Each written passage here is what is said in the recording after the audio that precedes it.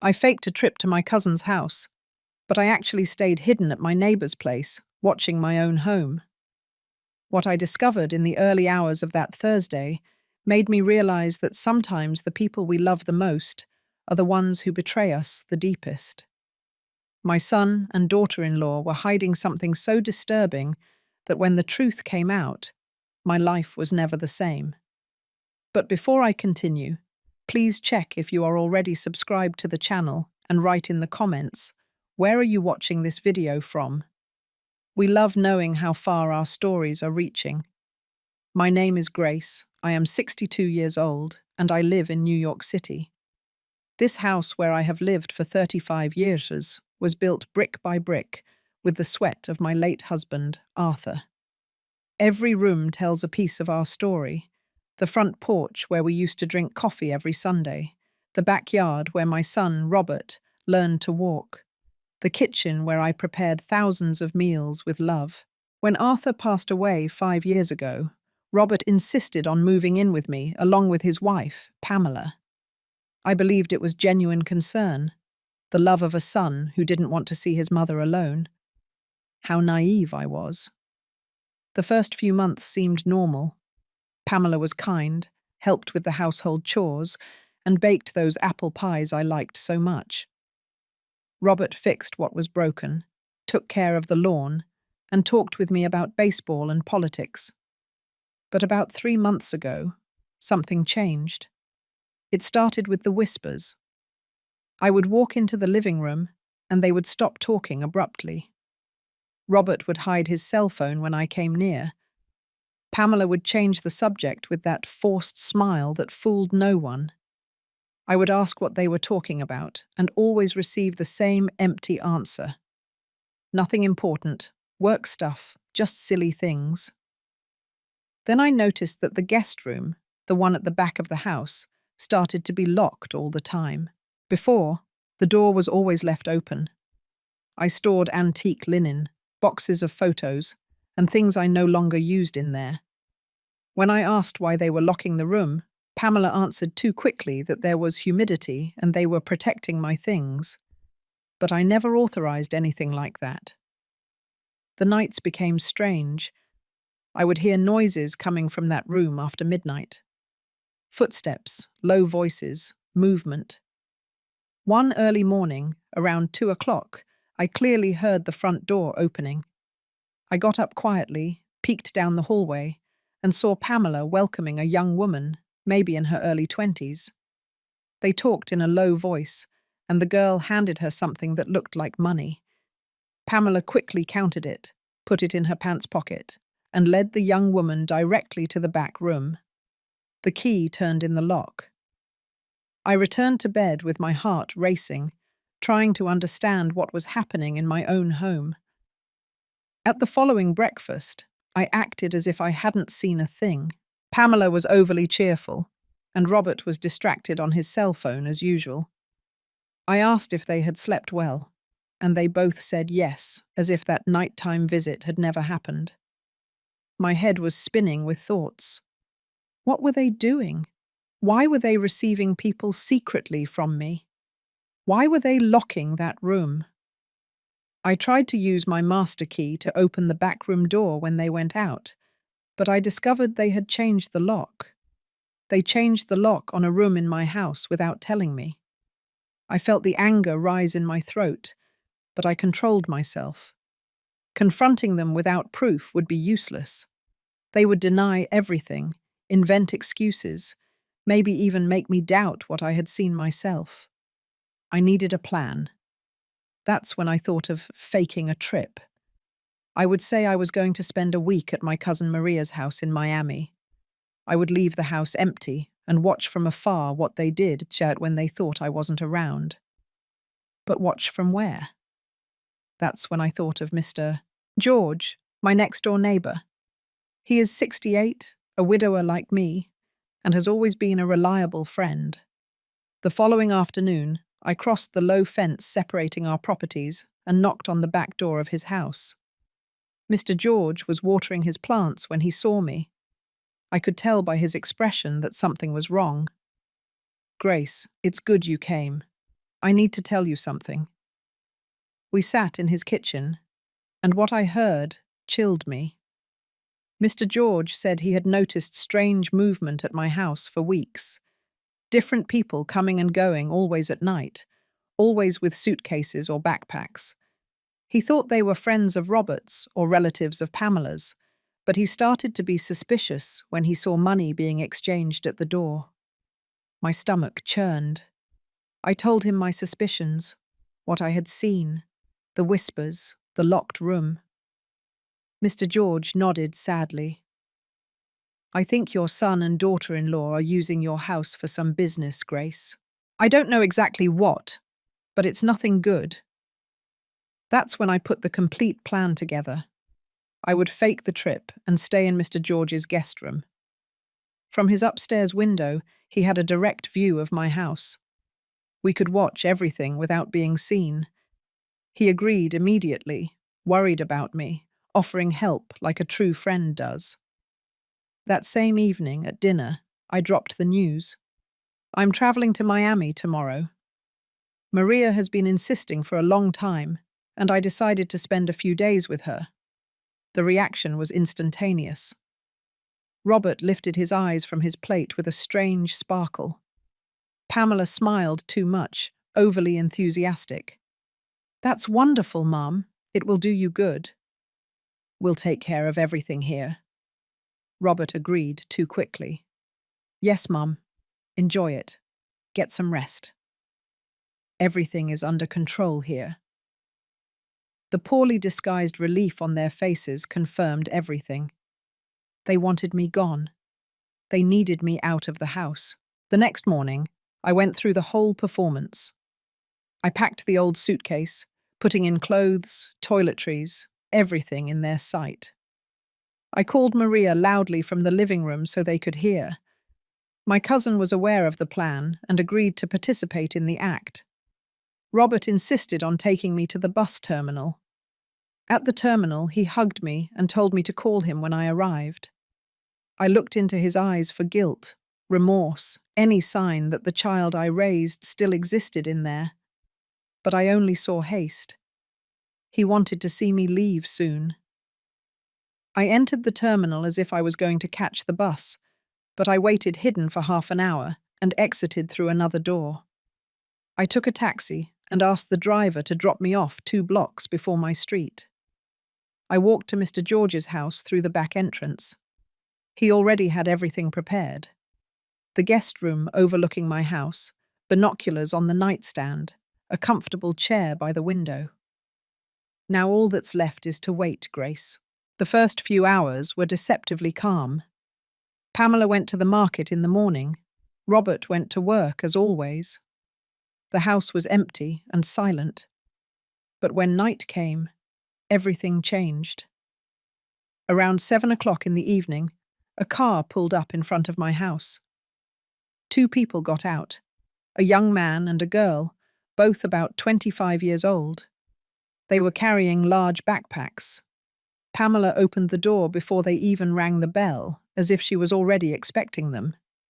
There was a quick conversation at the door. I saw the young man take money from his wallet and hand it to Pamela. She counted the bills quickly and invited them inside. My heart pounded. I had just seen my daughter-in-law receiving a payment from strangers and letting them into my house as if it were a hotel. Mr. George was beside me, witnessing the same scene. "Are you seeing that, Grace?" he asked. "It's exactly what I told you. They're renting out your house." The rage I felt was like a fire in my chest. Renting rooms in my house, the house I built with my husband, without my knowledge, without my permission, transforming my home into a clandestine business. I wanted to cross the street right then and confront them in front of those strangers, but Mr. George held my arm. "Calm down, Grace.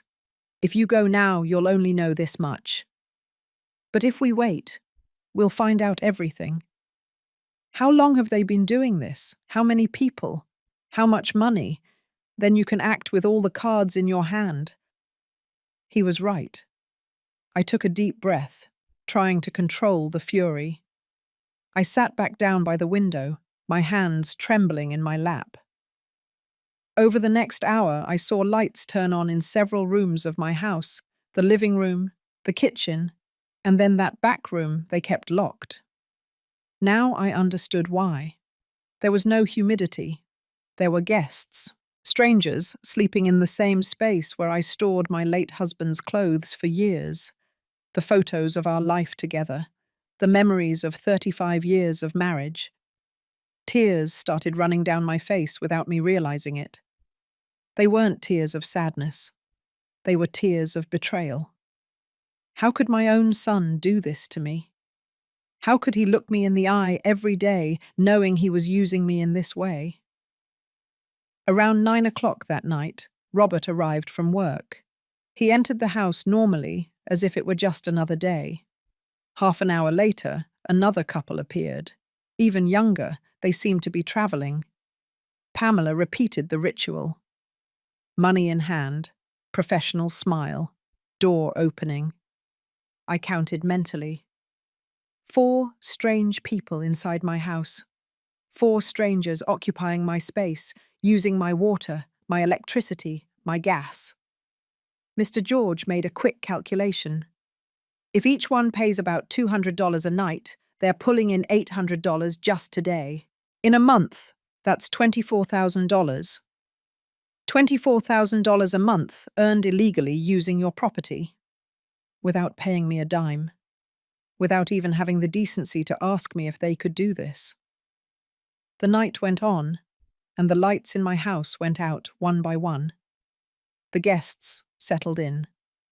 Robert and Pamela also went to sleep. Everything returned to silence, as if nothing bad was happening. I stayed awake all night, unable to close my eyes, knowing that strangers were sleeping under my roof. At 6 o'clock in the morning, the front door opened. The first couple left with their backpacks. A car was waiting for them. They left quickly, discreetly, like ghosts disappearing with the daylight. Half an hour later, the second couple did the same. By 7:30, all the guests were gone. Pamela went out to the yard with a trash bag, threw it in the can, and went back inside. Everything was clean, tidied up, as if the night before had never existed. Robert left for work at 8 o'clock, wearing a suit, carrying his briefcase, with that responsible man posture. But now I knew the truth. During the day, I watched Pamela cleaning the house, changing sheets, tidying up the rooms, preparing everything for the next guests. She worked efficiently, like someone with an established routine. This wasn't new. It was a well-oiled system that had been working for a long time. As night fell, more guests arrived. This time there were 3 people. Pamela greeted them with the same routine, payment, smile, door. And I continued watching from Mr. George's window, mentally documenting every movement, every transaction, every betrayal. On the second day of observation, Mr. George told me something that changed everything. It was late at night, almost midnight, when he turned to me with a serious expression. Grace, there's one more thing you need to know. 2 weeks ago, I saw Pamela talking to a man at the corner bakery. It wasn't Robert. It was an older guy, well-dressed, with a leather briefcase. They talked for almost an hour. My heart raced. What man? Mr. George hesitated before continuing. I don't know who he was, but I overheard some words from the conversation. They were talking about documents, about mental health evaluation, about nursing homes. My world came crashing down. Mental health, evaluation, nursing home. Those words resonated in my head like alarm bells. They weren't just stealing from me. They were planning something much worse. Mr. George put his hand on my shoulder. Be alert on Thursday night, Grace. Every Thursday there's more movement. That's when you're going to discover everything. I spent the following days in a constant state of alert. I watched the guests arrive and leave. Pamela managed everything with precision. Robert helped less visibly, but he was a full accomplice. He bought extra supplies, kept the lawn looking nice, and did maintenance around the house. And every night, I saw them counting money together at the dining room table. That table, where we ate together for years as a family. Thursday arrived. Early on, I noticed the atmosphere was different. Pamela cleaned the entire house with extra care. She bought fresh flowers and put them in vases around the living room. She changed towels. She checked every detail. It was as if she was preparing something special. Robert arrived from work earlier than normal. By 6 o'clock in the evening, he was already home helping with the final preparations. And then the movement began. It wasn't just one or two guests like on the other days. They were whole groups. The first group had 5 people. Then 3 more arrived. Then a couple. Then 2 young people, alone. I counted mentally as my stomach clenched. There were 11 people inside my house, 11 strangers occupying every available space. The living room became a common area, the kitchen was full, the rooms all occupied. My house had been transformed into a full hostel. Mr. George watched beside me, incredulous. I never saw so much activity. It's like Thursday is the special day for them. I did the math quickly. If each person paid $160, they would earn more than $1,700 just that night. The hours passed slowly. The guests had dinner, chatted. Some went out for a walk and came back. By 10 o'clock at night, the lights started to go out. The guests settled in. Pamela and Robert cleaned everything up and also went to sleep. The house went silent. But Mr. George had told me to wait, that in the early hours of Thursday to Friday, I would discover everything. So I waited, every muscle in my body tense. The clock on Mr. George's wall marked the passage of time with a ticking that seemed louder and louder in the silence of the night. 11:30, 11:40, 11:50. My heart was pounding so hard I could feel the pulse vibrating in my neck. When the clock struck midnight, I held my breath. The side door of my house, the one leading to the backyard, opened slowly. A silhouette came out. It was Pamela, but she wasn't alone. Behind her came a man I had never seen before, tall, about 50 years old, dressed in dark clothes. He carried a leather briefcase in his hand, the same briefcase Mr. George had described. My heart lurched. What was happening? Why was Pamela meeting this man in the middle of the night? Why were they leaving through the back door like criminals? They walked toward the back of the yard, where the old shed my husband used as a workshop is. Pamela took out a key, opened the rusty padlock, and both went inside. A faint light turned on inside.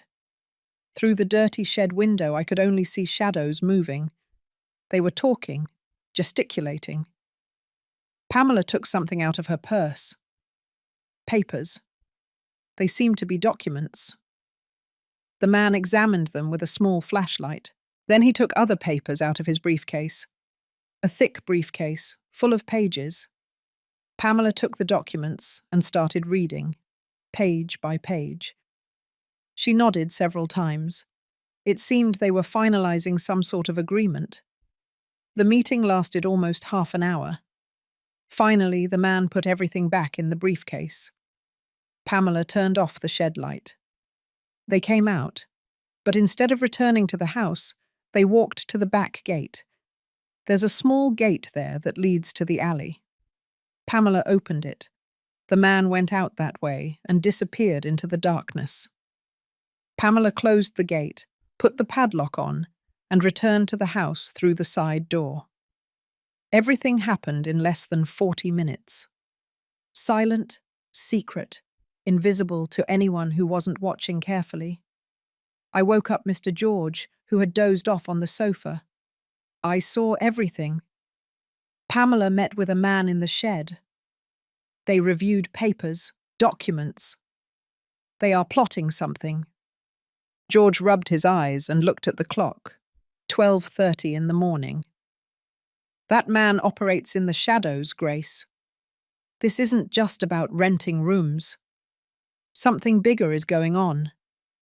I couldn't sleep the rest of the night. I stayed sitting by the window, watching my house as if it were enemy territory. At dawn on Friday, the guests started to leave. Some left early. Others stayed to enjoy the weekend. Pamela prepared coffee for those who stayed. She acted as the perfect hostess. Coffee, toast, fruit, all served with smiles. No one would imagine that hours earlier she had been in a clandestine meeting with a stranger. Robert left for work as always. Pamela stayed alone with the remaining guests. This was my chance. I needed to get into that shed. I needed to see if they had left anything, any clue about what they were planning. I told Mr. George the plan. He tried to convince me not to go. Grace, it's too risky. What if Pamela sees you? But I was determined. I have the key to the back gate. I can enter through the alley without being seen. Pamela is busy with the guests in the front of the house. She won't see me. Mr. George finally gave in, but insisted on coming with me to the alley to keep watch. We left through the back door of his house. We walked down the silent alley. It was Saturday morning, and the neighborhood was quiet. Most people were still sleeping or having coffee inside their homes. We arrived at the back gate of my property. I took out the key with trembling hands. The padlock opened with a soft click. I entered my own yard like an intruder, my heart beating out of control. The shed was about 15 yards from the gate. I walked, crouching, hiding behind the bushes I myself had planted years ago. Every step seemed too loud, every breath too audible. Finally, I reached the shed. The door had a simple padlock, the same one my husband had used for decades. I searched for the right key on the bunch. My fingers were shaking so much that I tried 3 different keys before finding the correct one. The padlock opened.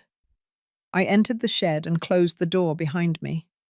Sunlight poured in through the dusty window, creating golden rays in the air. The place smelled of old wood and damp earth. Rusty tools hung on the walls, boxes stacked in the corners.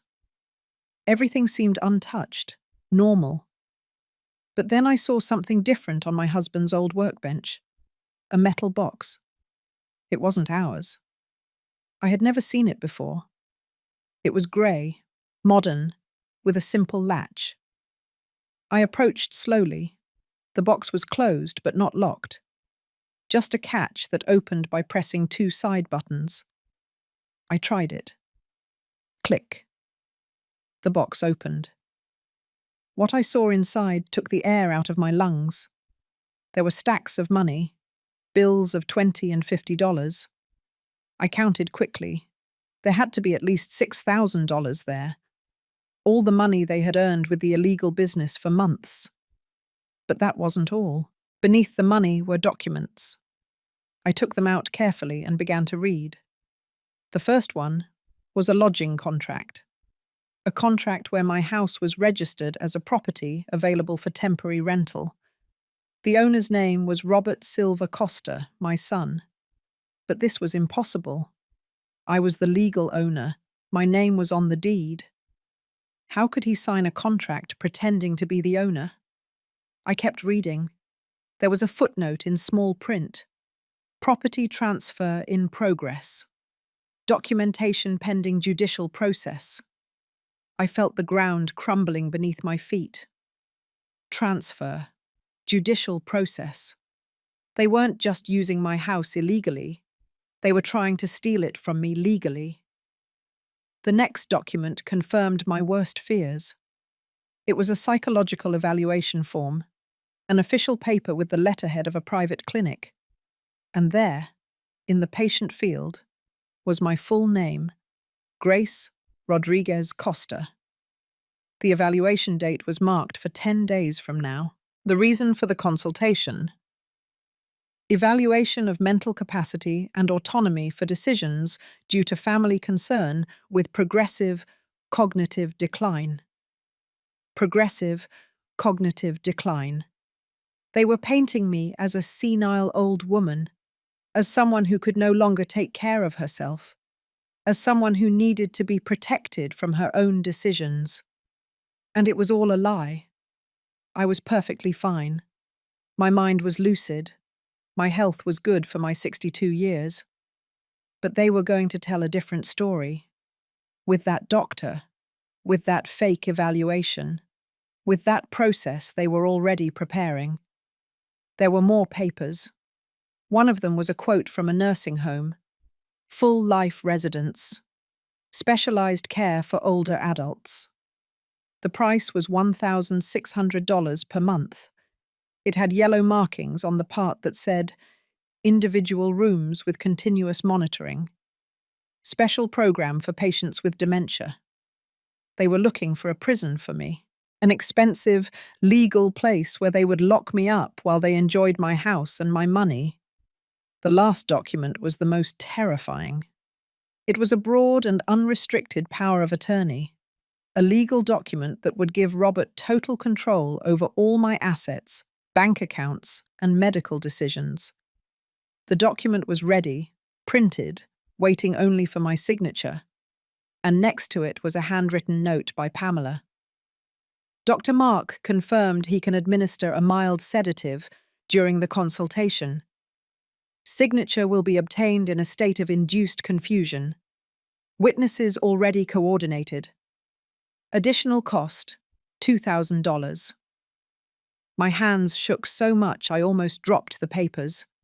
They were going to drug me. Take me to a corrupt doctor. Give me some medication that would leave me confused. Make me sign that power of attorney without me understanding what was happening. With paid witnesses who would say I was conscious. All legal on paper. All false in reality. I heard voices outside. I froze. It was Pamela talking to someone. Probably a guest. They were close. Too close.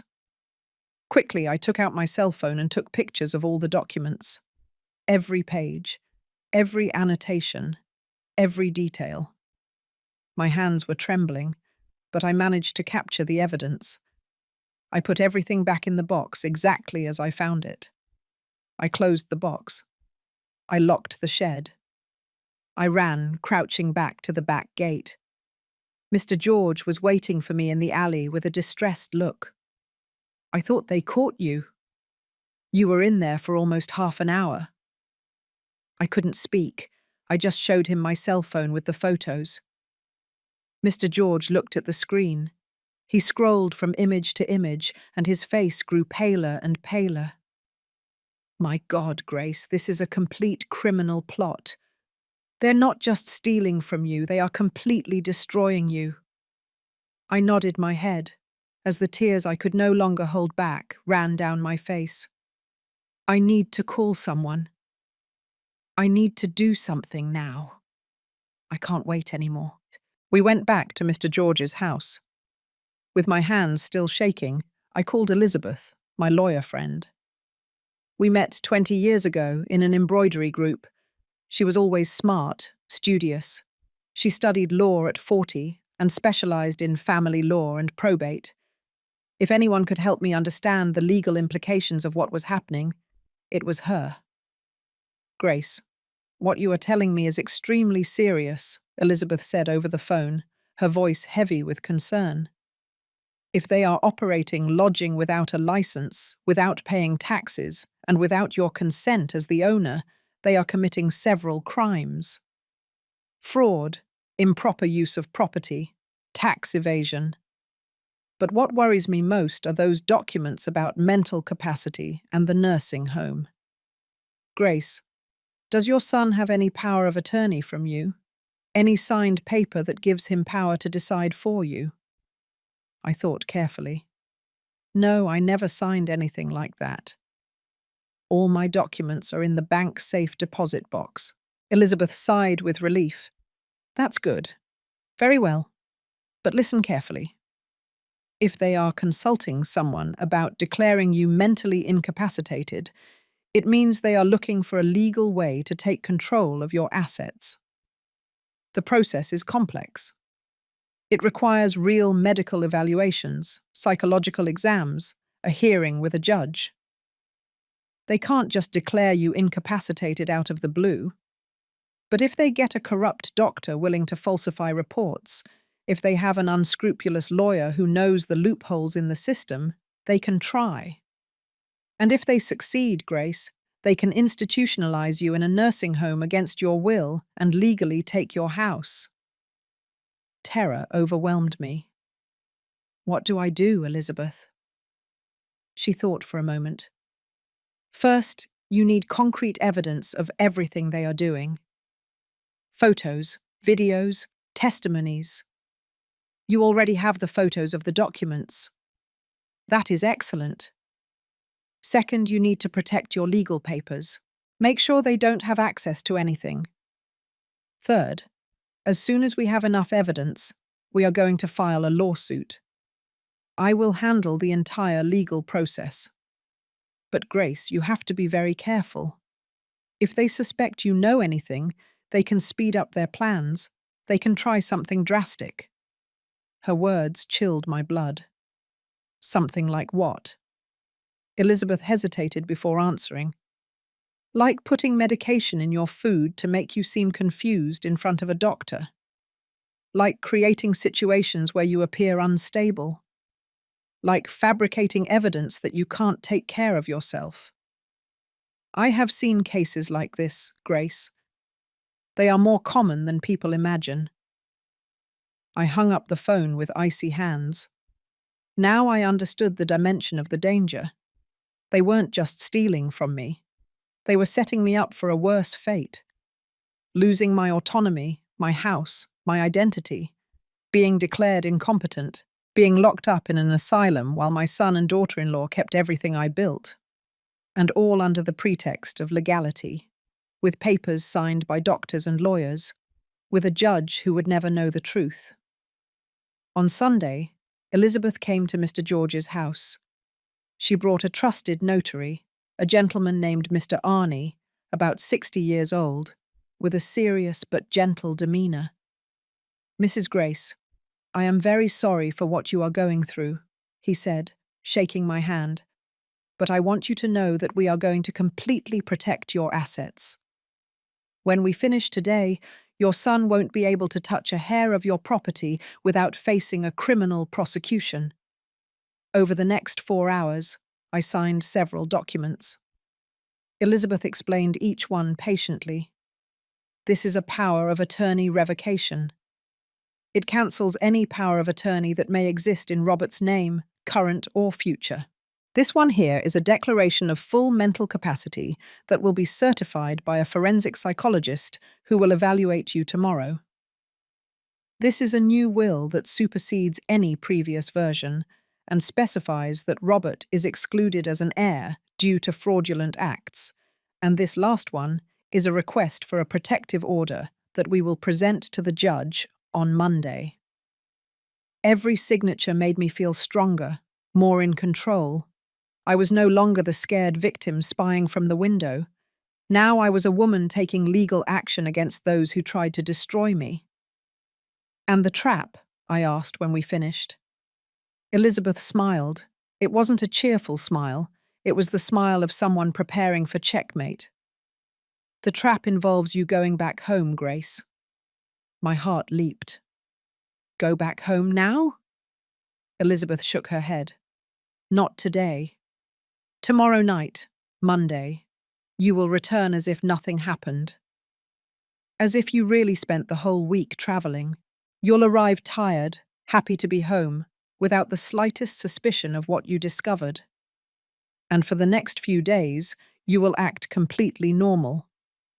Meanwhile, we will be working behind the scenes. Mr. Arney leaned forward. We will also contact the city inspector. An inspector will make a surprise visit to your house. If he finds illegal lodging, he can shut down the establishment immediately and issue severe fines. But there's more, Elizabeth continued. I'm investigating that Dr. Mark mentioned in the notes. He has a problematic history. He has already been investigated twice by the medical board for unethical practices. With your complaint and the photographic evidence, we can open a formal investigation against him as well. If they discover he was willing to drug patients to get fraudulent signatures, he loses his license and faces criminal charges. The magnitude of the plan began to take shape in my head. It wasn't just about stopping Robert and Pamela. It was about dismantling the entire network they had built. The corrupt doctor, the fake witnesses, the illegal lodging business. Everything. How long will this take? I asked. Elizabeth looked at Mr. Arney before answering. The inspector can go this week, probably Thursday or Friday. The doctor's investigation will take more time, but with your formal complaint on Monday, the process begins immediately. And as for Robert and Pamela, she made a dramatic pause. The final confrontation happens when they least expect it. When they think everything is going according to their plan. I spent the rest of Sunday at Mr. George's house, mentally rehearsing how I would act upon returning. I needed to be convincing. I couldn't show anger, suspicion, or fear. I had to be the trusting mother returning happily from her cousin's house, the naive mother-in-law who knows nothing. It was ironic.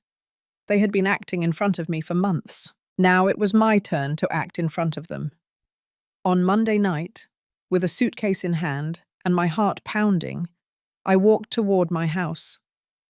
Mr. George drove me to the corner, but I walked the rest of the way to look like I had arrived by taxi. I rang the doorbell. I heard hurried footsteps inside. The door opened. Robert was there, looking surprised. "Mum, we weren't expecting you until tomorrow." I smiled with the affection a mother holds for her son, even though my heart was broken inside. I decided to come back a day early. I missed my house. Pamela appeared behind Robert. Her smile was perfect. Too perfect. "Welcome back, Mum. How was the trip?" I entered the house with the feeling of stepping into enemy territory. Everything seemed normal, clean, tidy, no trace of the guests who had occupied those spaces just 2 days before. Pamela had done an impeccable job erasing the evidence. "The trip was great," I lied with surprising ease. "Maria spoiled me a lot, but you know how it is. There's no place like our own home." They took my suitcase to the room.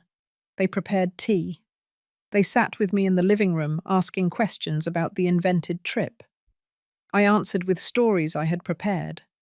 Restaurants my cousin and I supposedly visited, walks we took, conversations we had. Robert and Pamela listened. They nodded. They smiled. But I saw something in their eyes. Relief. Relief at my return without suspicion. Relief that the secret was still intact. "The house looks very nice," I commented, looking around. "You took perfect care of it." "Of course," Pamela said too quickly. "We cleaned everything. We watered the lawn. Everything as you asked." I took a sip of the tea and added casually, "Even the smell is different. It smells like new cleaning product." I saw a brief flicker of panic in Pamela's eyes. "Oh yes, we did a deep clean. We wanted everything to be perfect for your return." A lie. She had cleaned to erase the traces of dozens of strangers who had occupied my house. That night, I slept in my own bed for the first time in a week, but I couldn't really sleep. I stayed awake, listening. Around 11 o'clock, I heard muffled voices coming from Robert and Pamela's room. They were talking in urgent whispers. I got up silently and walked barefoot to their door. I put my ear to the crack. "Do you think she suspects anything?" It was Robert's voice, tense. "No. She doesn't suspect a thing, Pamela answered confidently. She's the same as always, naive, trusting. The plan continues. And Dr. Mark? Robert asked. Everything is arranged, Pamela confirmed. The consultation is next Friday. We'll put the sedative in her food at breakfast. We'll say we're taking her for a routine checkup. When she realizes what she signed, it will be too late. The power of attorney will be registered, and we will have total control. There was a silence. Then Robert spoke with a voice I barely recognized as my son's. And after that? After that, Pamela replied coldly. After that, we institutionalize her. We already have the place. The full-life residence accepts patients with cognitive decline. We'll visit her once a month to keep up appearances. And meanwhile, this house will be completely ours. Completely ours. Those words pierced me like knives. I returned to my room in silence, with tears running down my face. But they weren't tears of defeat. They were tears of pure rage and steel determination. They had sealed their fate. I had just heard the full confession, and although I hadn't recorded it, now I knew every detail of the plan, including the exact date. The following Friday. I had less than a week to execute the perfect trap. Tuesday morning, I acted as if nothing had happened.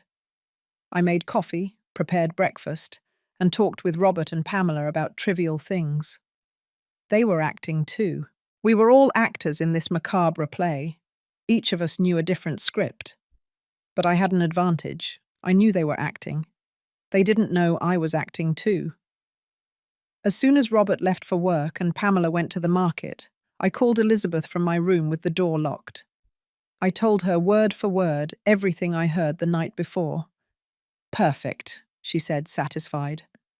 Friday is the consultation with the corrupt doctor. That gives us time. The city inspector will go to your house on Thursday. It's better to be before they try to drug you. Do you think they will receive guests this week? I thought for a moment. Probably on Thursday night. There's always more movement that day. Elizabeth paused thoughtfully. Then, we are going to coordinate the inspector's visit for Thursday night, when the house is full of living evidence. Over the next 2 days, I kept my performance flawless. I acted as the sweet, trusting mother. I asked Pamela if she needed help with anything. I offered Robert his favorite cookies that I made specially. They seemed relaxed, convinced the plan was still intact.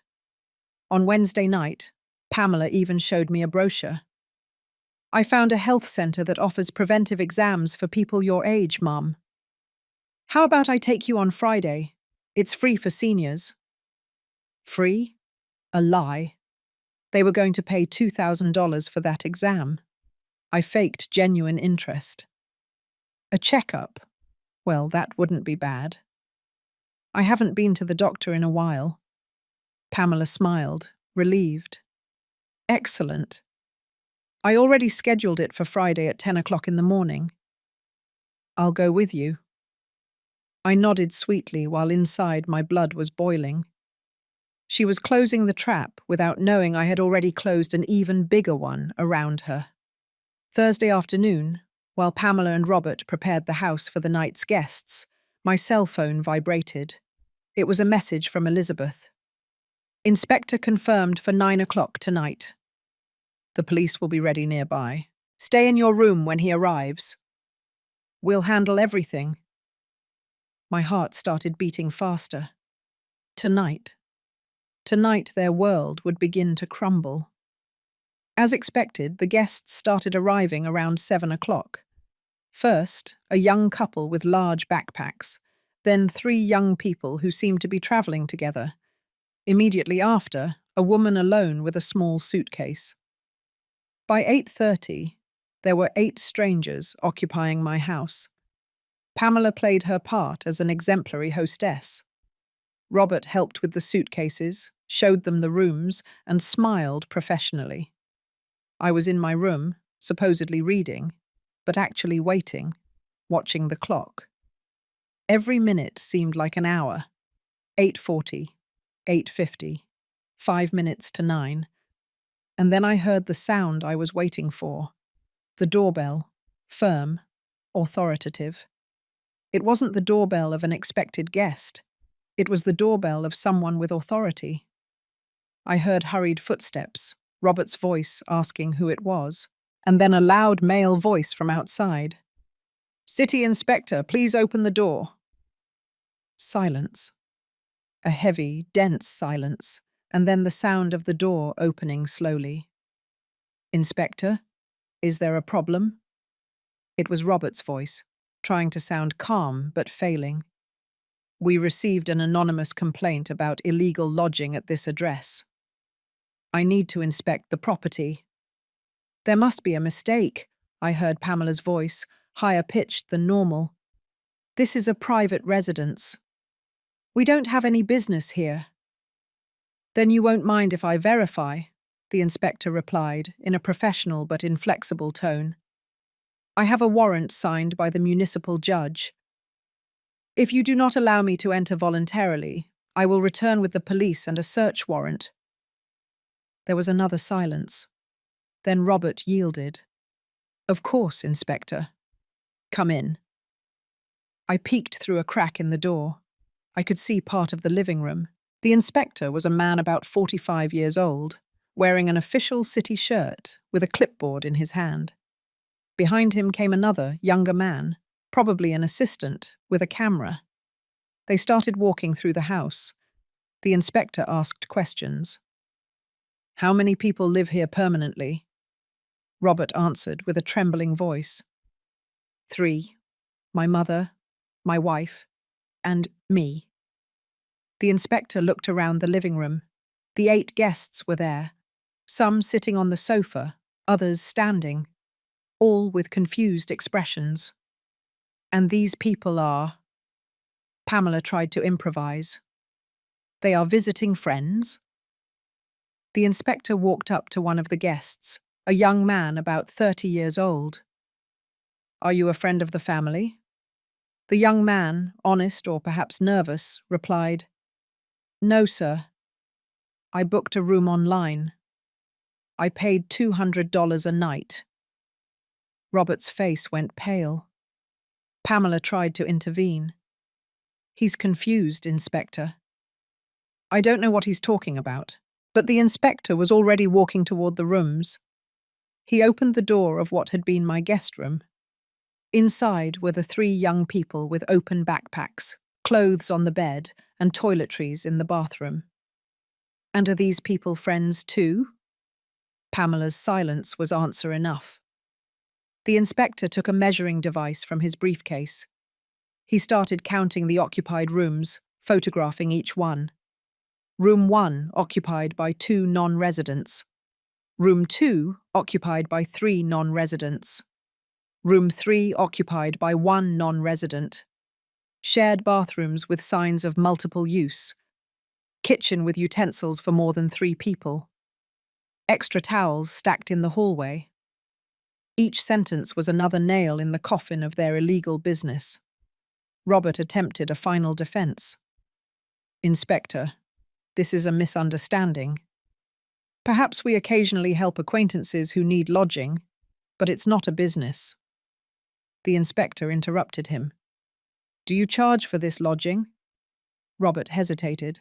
"Well, sometimes we receive a contribution for expenses." The inspector shook his head. "This is called a business. A lodging business.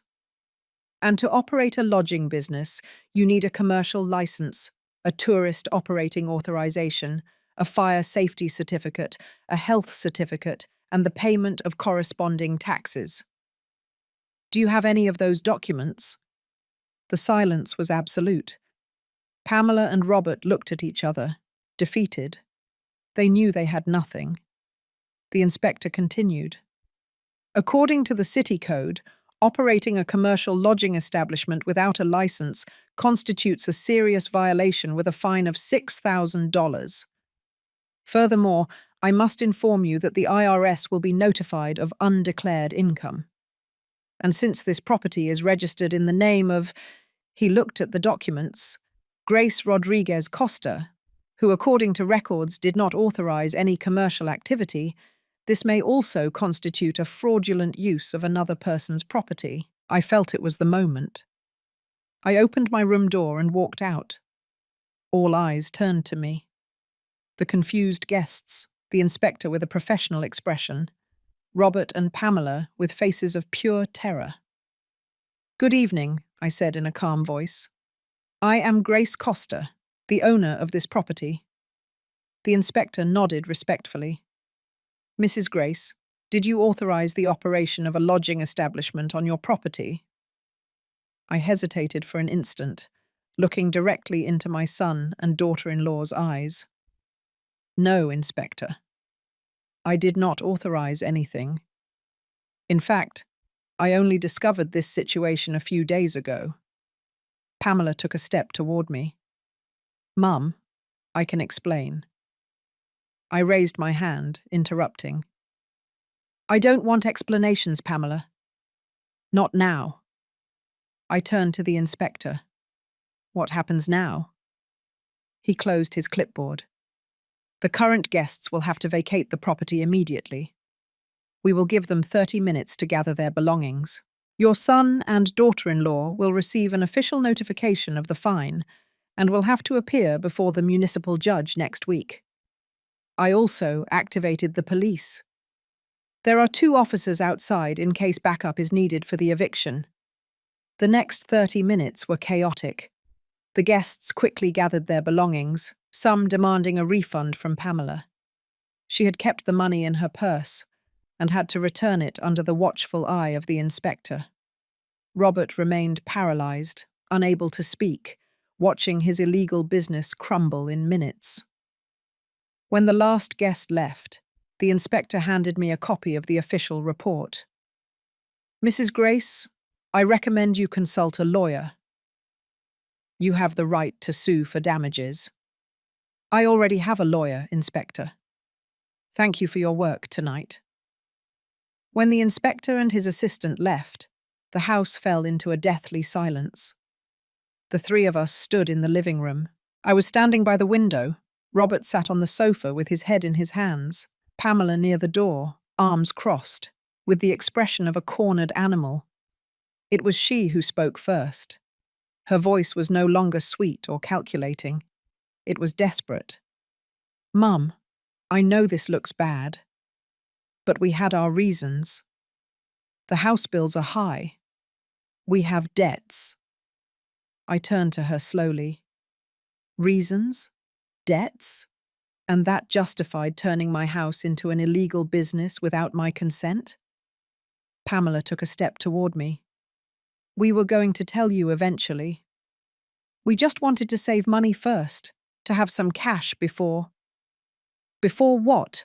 I interrupted with a sharp voice. "Before you drugged me and made me sign a fraudulent power of attorney?"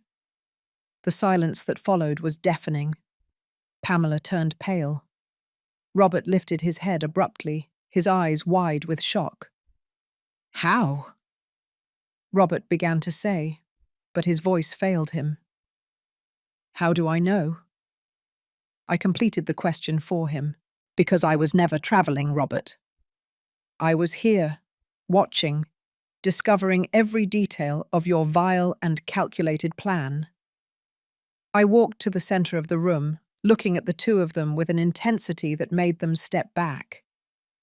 I know about the illegal lodging scheme. I know about the money hidden in the shed. I know about Dr. Mark. I know about the Friday consultation where you planned to sedate me. I know about the power of attorney you wanted to make me sign. And I know about the full-life residence where you planned to institutionalize me. Pamela shook her head frantically. No, it's not what you think." "Yes," she said. "We talked to the doctor, but it was just as a precaution, because we were worried about your health." "Stop lying!" I yelled, and my voice echoed off the walls of my own house. I found the documents, Pamela. I saw with my own eyes. I read the notes written in your own hand. Mild sedative during consultation. Signature will be obtained in a state of induced confusion. Those were your exact words. Pamela's face lost all colour. Her lips trembled, but no sound came out. I turned to my son. And you, Robert? You, whom I raised, whom I loved, to whom I gave everything your father and I could give. How could you? Robert had tears running down his face. Mum, the financial situation was desperate. We had $16,000 in debt. The bank was going to take our old apartment. Pamela said if we got money quickly, and your solution was to betray me, I interrupted. The solution was to steal my house, my freedom, my dignity. It wasn't stealing, Pamela exploded, her voice sharp. This house is huge. You live here alone. We were just taking advantage of the available space, and as for the power of attorney, it was to protect you. You're getting older. You need someone to make decisions for you. I am 62 years old, I said with an icy voice. Not 80, not 90. 62. My mind is perfectly lucid. My health is good. I don't need anyone to make decisions for me. What you were planning was not protection, it was legalized kidnapping. Robert stood up, staggering. Mum, please, we can work this out. We'll return all the money. We can move out of the house if you want. But please don't report us. If you go to the police, we could go to jail. I looked him in the eyes, those eyes that once looked at me with a child's pure love, and I felt my heart breaking into pieces. And what did you want me to do, Robert? Let you drug me? Let you lock me up in an asylum while you enjoyed my property? It wasn't going to go that far, Robert mumbled. Pamela was just exploring options, but I would never have. I heard your conversation last night, I interrupted again. I heard you planning exactly that. I heard you saying you would visit me once a month to keep up appearances. I heard you turning me into a formality, into an obstacle that needed to be managed. Robert collapsed onto the sofa, sobbing. Pamela remained petrified, her mask of the perfect daughter-in-law finally destroyed. I took a deep breath, trying to maintain composure. Tomorrow is Friday. You had planned to take me to Dr. Mark at 10 o'clock in the morning. Obviously, that is not going to happen. What is going to happen is this. You are going to pack your things and leave my house. You have until noon tomorrow. Pamela reacted immediately. Evict us. Where are we going to go? You should have thought about that before you betrayed me, I replied without emotion. You have family. You have friends. Figure it out. Mom, please, Robert implored. We can't leave like this. We don't have money for a security deposit on a rental. We don't have anything. You have $6,000 in the box in the shed, I pointed out. The money you earned illegally with my property. You can use that for the deposit. Although you will probably have to save it to pay the municipal fine and the lawyer's fees. Pamela turned to me with gleaming eyes. There was no sweetness in her voice anymore. Only venom. You know what? Fine. We will leave your precious house. But don't think this ends here. We're going to hire a lawyer. We are going to contest the fine. We are going to file a lawsuit for improper eviction. I smiled without humor. Go ahead, Pamela. Hire a lawyer. But I warn you that my lawyer is very good. And she has photographic evidence of all the fraudulent documents, of all the criminal plans, of all the details of your illegal operation. She has photos of the hidden money, of the false contracts, of the notes about drugging me. Do you really want to go to court with that? Pamela's face crumbled. Finally, she understood she was completely defeated, that I had played better, that while they were planning to destroy me, I was 2 steps ahead. There is one more thing you need to know, I continued. My lawyer has already filed documents revoking any power of attorney that may exist in my name. She also filed a declaration of full mental capacity certified by a forensic psychologist. And she filed a new will where Robert is specifically excluded as an heir due to fraudulent acts. Robert lifted his head abruptly. You disinherited me? His voice was a mixture of shock and pain. What did you expect? I answered with a tired voice. That I would reward you for trying to destroy me? The rest of the night was tense and silent. Robert and Pamela locked themselves in their room. I stayed sitting in the living room, exhausted but relieved. Around midnight, I heard the sound of suitcases being dragged. They were packing. Reality had finally sunk in. The next morning, Friday, I woke up early. I prepared coffee just for myself. I sat by the window, watching the sunrise over the garden my husband and I had cared for together. At 9 o'clock in the morning, Robert and Pamela came downstairs with 4 large suitcases. They didn't look at me. They put everything in the car, in silence. Robert came back one last time. He left the house keys on the entrance table. For an instant, I thought he was going to say something. Perhaps an apology. Perhaps a final plea. But he just looked at me with empty eyes and left. I heard the car engine start. I heard the tires on the asphalt. The car driving away. And then, silence. My house was empty. I was alone. I stayed sitting in the living room for a long time after they left. The house felt different, bigger, quieter, but also more mine than ever. I walked through each room slowly, reclaiming every space that had been violated by strangers. I opened the windows to let in fresh air. I removed the sheets from all the beds that had been used by the guests. I was going to wash them, but I honestly considered burning them. Some memories don't deserve to be preserved. Around noon, Mr. George knocked on the door. He brought a hot lasagna he had prepared. I thought maybe you wouldn't feel like cooking today, he said with that kindness only true friends have. We sat down to eat together in my kitchen. I told him everything that had happened the night before.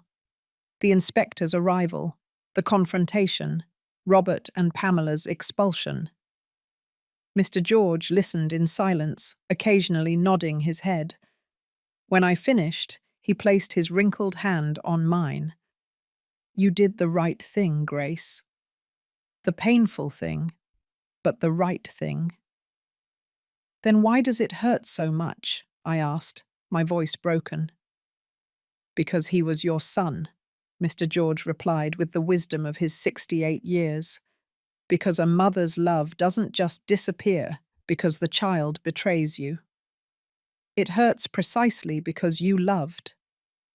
If you didn't love, it wouldn't hurt. He was right. That night, I cried. I cried for the son I thought I had, and who maybe never really existed. I cried for the family I thought I had built.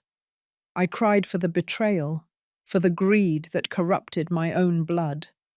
But I also cried with relief, because I had survived, because I had won, because I was still the owner of my life, my mind, and my house. The following Monday, Elizabeth called me with news. Grace, the complaint against Dr. Mark was accepted. The medical board initiated a formal investigation. I also contacted the district attorney's office with all the evidence of conspiracy to commit fraud. They are considering filing criminal charges against Pamela and Robert. I felt a knot in my stomach. Criminal charges. Jail. Elizabeth paused. It's possible. Planned fraud. Conspiracy to deprive an older adult of their freedom. falsification of documents. The accusations are serious. But Grace, the final word is yours. If you don't want to proceed with the criminal case, we can limit ourselves to the civil case. I thought about it a lot. A part of me wanted them to pay fully for what they tried to do to me. But another part, the one that was still a mother, couldn't bear the thought of my son in prison. Elizabeth, continue with everything related to Dr. Mark. That man deserves to lose his license. But as for Robert and Pamela, I need time to think. Elizabeth understood. You have a month before the statute of limitations expires to file the criminal complaint. Think it over calmly. 2 weeks later, I received a letter. It was from Robert. The envelope was wrinkled, as if it had been written and rewritten several times.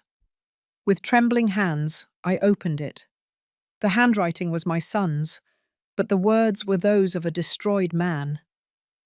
Mum, I know I don't deserve your forgiveness. I know what I did was unforgivable. I have no excuses. Greed blinded me. Pamela convinced me it was the only solution to our problems. But I was weak. I let it happen. I participated. And now I live every day with the weight of knowing that I betrayed the person who loved me most in this world. The letter continued. Pamela and I broke up. I couldn't continue with someone capable of planning something so vile. I moved alone into a small apartment. I lost my job when the scandal came out. Now I am working as a construction helper, paying the debts little by little. I'm not writing to ask for forgiveness. I don't deserve it. I just wanted you to know that I am so sorry. If I could go back in time, I would change everything. The memory of what I did to you haunts me every night. The letter ended simply, I loved you. I love you. And I regret having lost you. Your son, who no longer deserves to be called that, Robert. I cried reading those words. A part of me wanted to tear up the letter and forget everything. But another part, that maternal part Mr. George had mentioned, felt my son's pain. It didn't justify his actions. It never would. But it was real pain, real remorse. Or at least I wanted to believe it was. I put the letter in a drawer. I wasn't ready to answer. Maybe I never would be. But I couldn't throw it away either. A month later, I had to make the decision about the criminal charges. I sat with Elizabeth in her office. If I go ahead with the charges, what happens? She was honest with me. Probably 3 to 5 years in prison for both of them. Pamela would receive more time for being the main instigator. Robert maybe less if he cooperates. They would have permanent criminal records, difficulty finding employment in the future. Basically, their lives would be marked forever. I took a deep breath. And if I don't go ahead? Elizabeth leaned forward. The municipal fine is still valid. They will have to pay it. Dr. Mark will lose his license regardless of your decision about Robert and Pamela. And civilly, they are already legally prohibited from approaching you or your property. I closed my eyes. I thought about my husband, about what he would have wanted. I thought about the child Robert was before greed corrupted him. I thought about the kind of person I wanted to be at the end of my life. I am not going to file the criminal complaint, I said finally. Elizabeth nodded without judging. Are you sure? No, I admitted. But it is something I can live with. They will have to live with what they did. That is punishment enough. Elizabeth smiled slightly. You are more generous than they deserve, Grace. 6 months passed since that night the inspector knocked on my door. The house is truly mine again. I hired a professional cleaning company that eliminated all traces of the guests. I painted the walls with new colours. I donated the furniture that had been used by strangers and bought new pieces. I transformed the back room into a sewing workshop. I always wanted a space just for me to sew, and now I have the time and tranquility for that. Mr. George is still my neighbour and best friend. We have dinner together twice a week. He helped me install a security system in the house. Not because I am afraid, but because I now value my privacy more than ever. Elizabeth became more than my lawyer. She is my confidant, my legal protector, my friend. I made sure to update my will, leaving her something for everything she did. And Robert? I haven't had direct contact with him since that letter, but through mutual acquaintances, I know he is still working in construction, paying off the debts, and living alone. There are days when I think about answering his letter. There are days when I think about calling him. But then I remember the box in the shed, the documents about drugging me, the conversations about institutionalizing me, and the wound bleeds again. Maybe one day I can forgive. Not forget. I will never forget. But maybe I can forgive. My therapist says that forgiveness is not for the person who hurt you, it is for yourself, to free yourself from the weight of hatred. I am working on that, slowly, painfully, but I am working. One afternoon, while sewing in my new workshop, Mr. George came to visit me. He stood looking at the dress I was making, a light blue dress with embroidered flowers. "It's beautiful," he commented. "Thank you," I replied. "It's my way of healing. Every stitch is a piece of my life that I reclaim." He smiled. "You know what? You survived something that would have destroyed many people. You are stronger than you imagine, Grace." That night, as I prepared for bed in my silent but secure house, I thought about everything that had happened. The fake trip, the night spying from Mr. George's window, the shed and its secrets, the early morning when I held my breath, seeing the complete truth, the confrontation, the victory, the pain, the loneliness that came after. I looked at myself in the mirror. I saw a woman of 62, with more wrinkles than before, with eyes that were sadder, but also wiser. I saw a survivor. I saw someone who had been betrayed by the one she loved most, and yet was still standing. I learned that love can be the perfect disguise for a trap, I whispered to my reflection. But I also learned that self-love is the strongest shield against any betrayal. I turned off the light and lay down in my bed, in my house, under my roof. Alone, yes. Hurt, of course. But free, the owner of my destiny. And that, after everything I went through, was more valuable than anything. The months continued to pass, and life found a new rhythm, a slower, quieter, but genuine rhythm. I started attending an embroidery group at the neighborhood church. I met other women my age, each with her stories, her pains, her triumphs. I felt part of something new. Mr. George introduced me to a gardening club. On Saturday morning, we meet to exchange cuttings, share techniques, and talk about flowers and plants. I learned that life continues even after the greatest storms, that it is possible to rebuild, that it is possible to be happy again. In a different way, maybe more cautious, but real. One of those Saturday afternoons, while pruning the rose bushes in the garden, I saw a car stop in front of the house. My heart raced when I recognized who got out of the car. It was Robert. He was different, thinner, wearing simple clothes of someone who works hard, unshaven beard, tired eyes. We stood looking at each other for a long moment. He at the gate, me in the middle of the garden with the pruning shears still in my hand.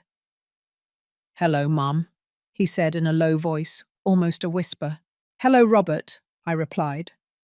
My voice came out firmer than I expected. He looked at the ground. I know I don't have the right to be here. I know you don't want to see me. But today marks a year since everything happened, and I needed to come. I needed to see you, even if only from afar. A year. I hadn't realized so much time had passed. He continued speaking, the words coming out quickly as if he had rehearsed them 1,000 times. I've changed, Mum. I know that doesn't erase what I did. Nothing can erase it. But I've changed. I go to therapy every week. I've paid off 3/5 of the debts. I work honestly. I wake up every day at 5 o'clock in the morning and go to the construction site. And every day I carry the weight of knowing that I betrayed the person who loved me most in this world. Tears started running down his face. I didn't come to ask for forgiveness, because I know I don't deserve it. I didn't come to ask to return, because I know I can't. I just came to say that I am sorry, and that you were right about everything. In throwing me out, in disinheriting me, in showing me that actions have consequences. I stood still, holding the shears, feeling my own heart clench. A part of me wanted to run to him, hug him like I used to when he was a child and hurt himself. But another part, the part that was still bleeding, kept me in my place. Robert wiped his tears with the back of his hand. I'm leaving now. I just wanted you to know that I'm trying to be a better person. That every day I fight to be someone you could be proud of, even knowing that day may never come. He turned to leave. And then, without thinking much, my voice came out. Robert. He stopped. He turned around. I took 2 steps toward the gate. Are you really going to therapy? I asked. Every week, he replied quickly. Every Thursday at 7 o'clock in the evening. It has helped me understand many things. To see how I was manipulated, but also how I let myself be manipulated. How greed blinded me. How I almost destroyed the most important person in my life. I nodded slowly. And the debts? I have already paid $88,000 of the $160,000. I work hard. I work overtime whenever I can. I sleep little, but I don't care. It's the least I can do to fix the mess I made. We stood in silence for a moment. The wind rustled the leaves of the trees around us. I'm not ready to forgive you, Robert, I said finally, my voice shaky but firm. What you and Pamela planned to do to me was too cruel, too calculated. I know, Mum. I know. And maybe I will never be ready, I continued. Maybe this wound will never fully heal. He nodded his head, more tears running. I understand. But I took a deep breath. Maybe with time, a lot of time, we can find a way to rebuild something, not as it was before. That will never be possible again. But maybe something new, something different. His eyes lit up with a small spark of hope. Do you really mean that? I don't know, I admitted honestly. I only know that you are my son. And as much as you hurt me, as much as you broke my trust, there is still a part of me that wants to believe that people can change, that they can be redeemed. Robert sobbed. I will spend the rest of my life trying to prove that I deserve that chance, Mum. I swear I will. Don't make promises to me, Robert, I said, tired. Show me with actions, with time, with consistency. Show that you really have changed. And maybe, just maybe, one day we can sit down at the same table again. He nodded vigorously. I will do it. I will show it. Every day. Can I? Then I nodded slowly. Once a month. No more than that. I am rebuilding my life, Robert. I need space. I need Chum to heal.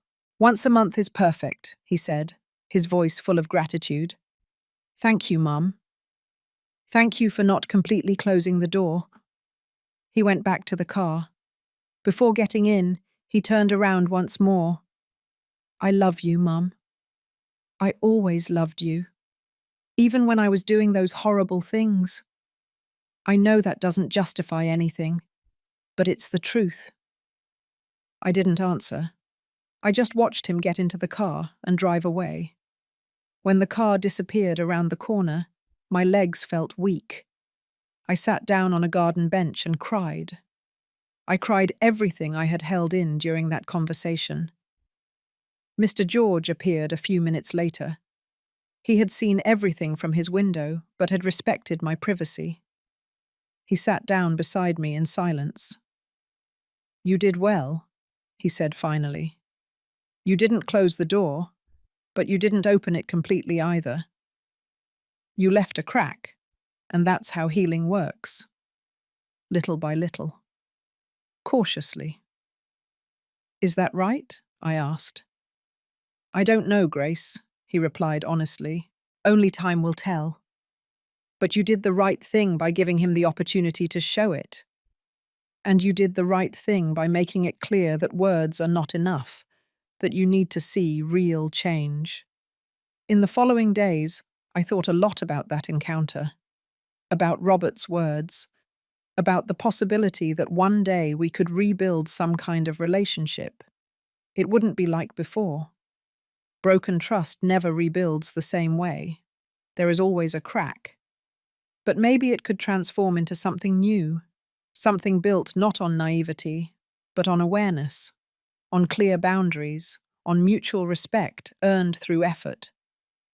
Elizabeth told me that I did well not to close all the doors, that forgiveness is a process, not an event, that it can take years, or it may never happen completely, and that it's okay, that I had the right to heal at my own pace. Today, as I write this story sitting in my sewing workshop, surrounded by colourful fabrics and threads, I look out the window at my garden. The rose bushes I pruned that Saturday are blooming beautifully. Red, yellow, pink, symbols of renewal, of things that seemed dead, but returned to life with care and time. I learned so many lessons in these last few months. I learned that trust is fragile and precious, that we must protect it, especially from the people closest to us, because they are the ones who can cause the worst wounds. I learned that intuition doesn't lie, that when something feels wrong, it probably is wrong, that we must trust our instincts, even when everyone says we are exaggerating.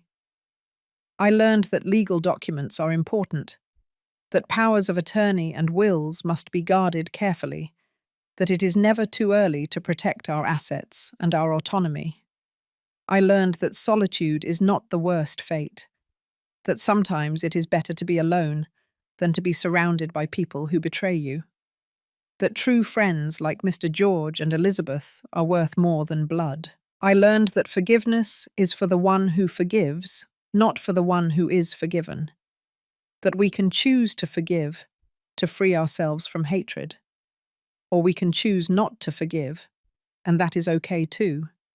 That healing has no instruction manual. And I learned that even after the worst storms, even after the greatest betrayals, life continues. That we are stronger than we imagine, that we can rebuild, that we can be happy again. In a different way, perhaps. More cautious, more conscious, but real and genuine. I look at the woman I have become. I am no longer that naive Grace who believed that family was sacred regardless of anything. Now I know that family is built on respect, honesty, and true love, not just on blood. I have scars, some visible, many invisible, but I also have strength, wisdom, autonomy, and a peace that comes from knowing I defended my dignity, that I did not let myself be destroyed, that I fought and won. Sometimes at night, before falling asleep, I still think about everything that happened. The fake trip, the nights watching from the window, the box in the shed, the documents that proved the complete conspiracy against me. And I wonder what would have happened if I hadn't trusted my intuition, if I had ignored the signs, if I hadn't faked that trip. I would probably be in an asylum now, drugged, confused, while my son and daughter-in-law enjoyed my house, living off my property, visiting me once a month to keep up appearances. The thought gives me chills. But it didn't happen, because I was shrewd, because I had courage, because I had the help of the right people, and because I never gave up on myself. Robert calls me once a month as we agreed. The conversations are short. He talks about work, about therapy, about the debts he is paying off. I listen. Sometimes I comment on something, sometimes I just listen. I'm not ready for more yet. Maybe I never will be. Or maybe in a few years we can have coffee together. Talk for real. Rebuild something small but real. I don't know. The future will tell. For now, I live one day at a time. I sew. I garden. I drink coffee with Mr. George. I go to the embroidery group. I take care of my house. I sleep in peace knowing that every inch of this place is mine. That no one can kick me out of here. That I built legal walls strong enough to protect myself. And occasionally I look at the rose bushes in the garden and think that I am like them. I was brutally pruned by betrayal. I bled. I almost died. But with time, care, and a lot of self-love, I am blooming again. Different, maybe. More cautious. Certainly, but alive. Strong. And mine. Completely mine. Now, if you liked this story, click subscribe and tell me in the comments what part left you speechless. Oh, and don't forget to become a member to get access to exclusive videos that I don't publish here. I'll see you there.